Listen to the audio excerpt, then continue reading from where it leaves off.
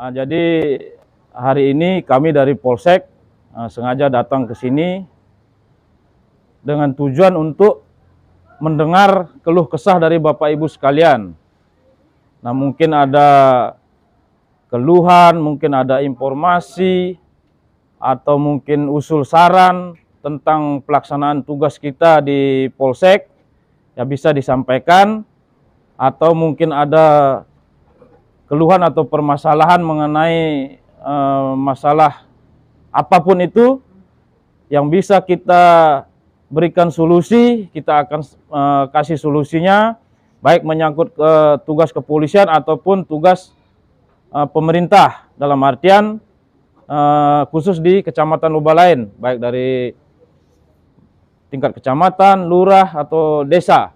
Nah, itu mungkin Bapak Ibu punya unek-unek atau keluhan atau saran untuk meningkatkan pelayanan kita di Polsek terhadap masyarakat. Jadi kita berkumpul hari ini, kita melaksanakan curhatan. Jadi kita kasih nama nyantai bareng dobrak. Itu jadi kegiatannya kita Bapak Ibu menyampaikan curhatan hati, mungkin apa, oh, Pak, polisi itu harus begini.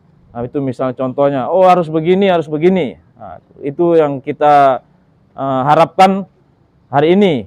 Mungkin ada saran, mungkin nanti Pak tolong sampaikan di Pak Camat atau di Lurah mungkin, atau di Bupati, agar ini pasar mungkin diperhatikan lagi. Nah, itu contohnya. Nanti kita akan tampung semua masukan atau saran dari Bapak Ibu sekalian. Nanti kita akan bantu untuk berkomunikasi dengan pihak-pihak terkait mengenai keluh kesah dari Bapak Ibu sekalian. Nah, baik, untuk menyingkat waktu, saya langsung saja buka. Silakan dari Bapak Ibu yang ingin menyampaikan keluh kesahnya, silakan. Nanti disampaikan nama dengan alamat dari mana, terus apa yang ingin disampaikan. Nanti kita akan kumpulir semuanya. Nanti kita akan misalnya menyangkut keluhan dari pelayanan dari lurah, mungkin dari kelurahan. Nanti kita akan koordinasi dengan pihak kelurahan terkait apa mungkin pelayanannya yang istilahnya kurang berkenan, kurang memuaskan di Bapak Ibu sekalian. Nanti kita akan membantu menyampaikan. Mungkin itu beberapa pembukaan dari kita. Jadi selanjutnya silakan Bapak Ibu yang ingin menyampaikan keluh kesah, usul, saran, silakan. Masalah pertama, oh ya, nama saya Darwin Yohanes Oina. Saya di Kompleks Pasar Metina juga, Bapak ya. Yang pertama masalah pengamanan.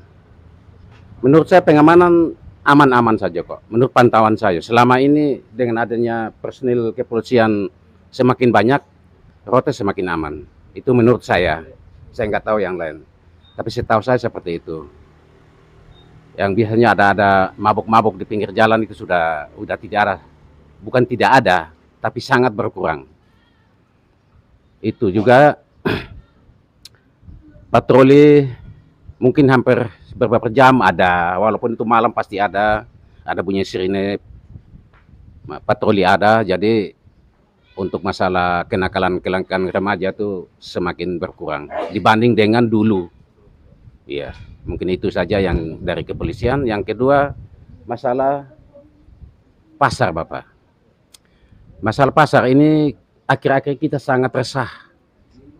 Dengan penghasilan, dengan jumlah pengunjung yang masuk itu sangat-sangat berkurang.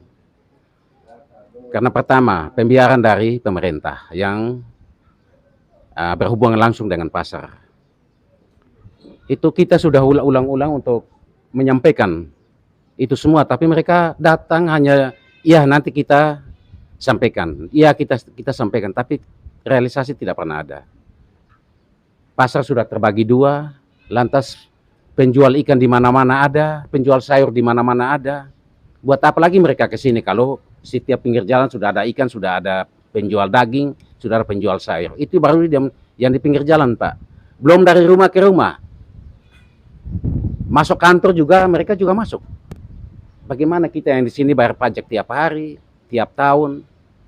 Kalau dari pemerintah, kalau setiap pada bayar pajak, mereka datang ngomong, kasih omongan enak. Begitu dapat pajaknya, menghilang. Kalau kita tanya, tolong disampaikan ya, keluhan-keluhan kita. Mereka bilang kita cuma sekedar menagih pajak, tapi yang punya apa namanya kompetensi situ bukan kita. Jadi pemerintah kelihatannya pembiaran, tidak ada perhatian sama sekali. Padahal slogan mereka itu selalu bahwa sejahterakan rakyat, sejahterakan masyarakat. Tapi realisasi tidak pernah ada. Itu ngomong doang. Baik dari pemerintah paling tertinggi sampai terendah sama saja. Tidak ada apa-apa.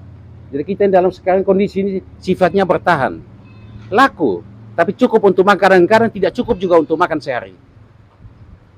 Jadi mungkin dengan adanya bapak-bapak di sini bisa menyampaikan itu ke instansi terkait yang berhubungan langsung dengan pasar, mungkin bisa ada perubahan. Jadi ini saya tanggapi sedikit Bapak. Nah kalau pasar, namanya di pasar itu kan orang berjualan. Jadi tidak bisa juga serta-merta kita memaksa masyarakat harus datang ke pasar untuk berbelanja, kan begitu. Nah memang saya juga melihat sendiri banyak memang di pinggir-pinggir jalan orang berjualan.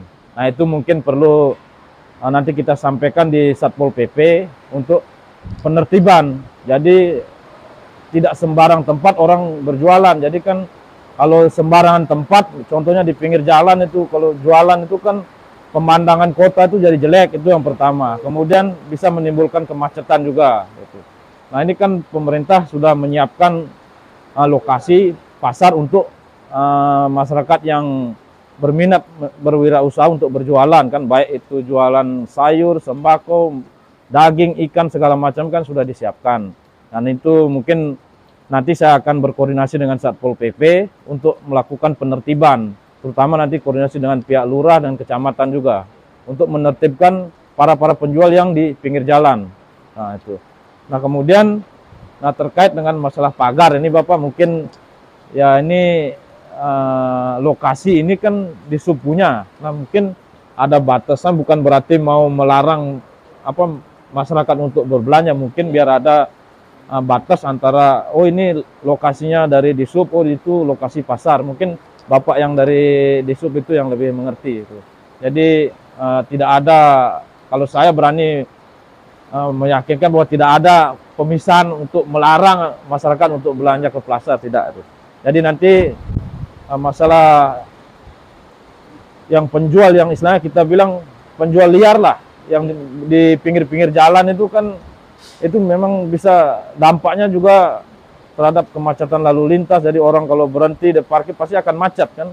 Di samping itu juga pemandangan, kalau kita lihat namanya di jalan-jalan di kota ini kan jelek juga, tidak bagus nampaknya. Nanti kami akan membantu untuk berkoordinasi dengan Satpol PP, istilahnya, karena Satpol PP yang bagian penertiban. Nanti kita koordinasi untuk mencari solusi kira-kira bagaimana tentang penjual-penjual yang bertaburan di pinggir jalan. Ketika ada masyarakat membutuhkan pelayanan pada Polsek, bisa kami hubungi nomor yang ada. Begitu. Baik, makasih.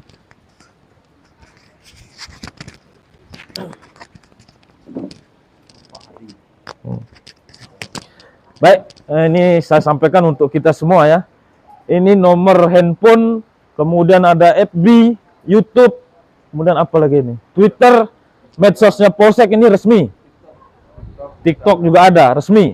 FB-nya juga ada. Nah, nomor HP itu 1x24 jam. Nah, mungkin Bapak Ibu membutuhkan atau ingin menyampaikan informasi, silakan hubungi nomor HP atau medsos tersebut. Nah, saya kasih contoh. Nah, mungkin Bapak Ibu kehilangan KTP contohnya. WA saja atau SMS. Pak, saya mau buat surat keterangan kehilangan, KTP saya hilang. Nanti akan dibalas sama operator. Oh ya, nanti tolong kirim persyaratannya ini. Nanti Bapak Ibu kirim.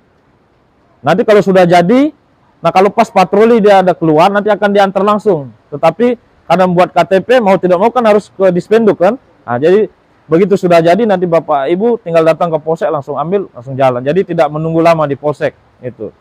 Jadi nanti silakan disampaikan mau butuh apa, hubungi saja. Jadi tidak mesti harus datang ke Polsek gitu. Walaupun keluhan apapun itu pasti kita akan tanggapi. Dan sudah banyak buktinya. Mungkin mau butuh informasi apapun tentang Polsek, hubungi saja. Buka, klik itu YouTube Polsek. YouTube, di FB itu ada semua. Mungkin itu informasi ini. Jadi nanti bisa disampaikan ke keluarga. Jadi silakan dicatat nomornya. Operator online 1 kali 24 jam. Gitu. Mari kita isi perayaan sambut tahun baru ini dengan kegiatan-kegiatan yang positif, yang dapat bermanfaat khususnya bagi kita pribadi maupun dengan orang lain. Kita buka di tahun 2023 ini dengan sukacita dan gembira tanpa ada permasalahan yang dapat merugikan kita semua. Nah, mungkin itu dari kami menyampaikan terima kasih banyak. Terus kami juga menyampaikan selamat hari Natal dan selamat menyambut tahun baru 2023. Semoga semuanya aman dan damai. Amin. Terima kasih. Di suatu ketika terbesit suara, hatiku menggema, punya cita-cita umat budaya Polri dengan serta-merta. Namun hatiku merasa kecewa karena budaya Polri belum berubah. Kini ku urung niatan hati ini, biarlah